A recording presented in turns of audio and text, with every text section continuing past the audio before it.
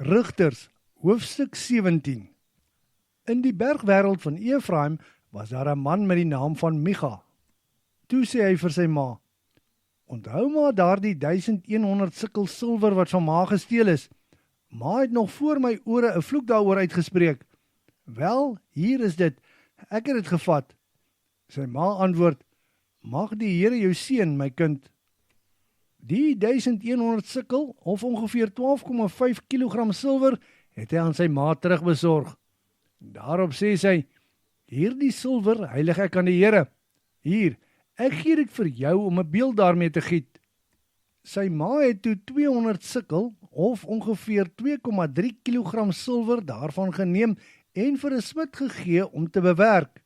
Hy het toe daarvan 'n beeld gegiet wat in die huis van Micha beland het.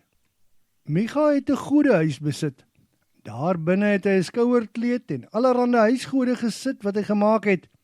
Toe stel hy een van sy seuns aan om vir hom as priester op te tree. Destyds was daar nog nie 'n koning in Israel nie, en elkeen het gedoen wat vir hom reg gelyk het.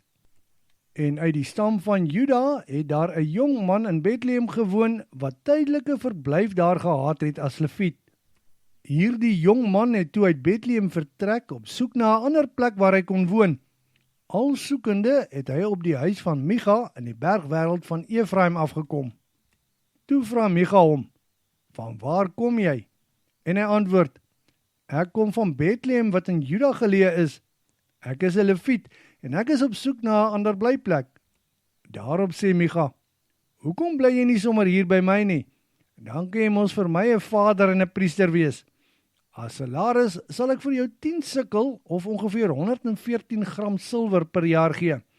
Ek sal jou ook 'n stel nuwe klere elke jaar gee." Toe stem die leviet in om by Micha te bly. Vir Micha was hy soos een van sy eie seuns. Die leviet is toe deur Micha aangestel as sy persoonlike priester en hy het in Micha se huis gewoon. En Micha sê: "Ek glo dat die Here goed vir my sal wees ter wille van die leviet wat nou my priester is."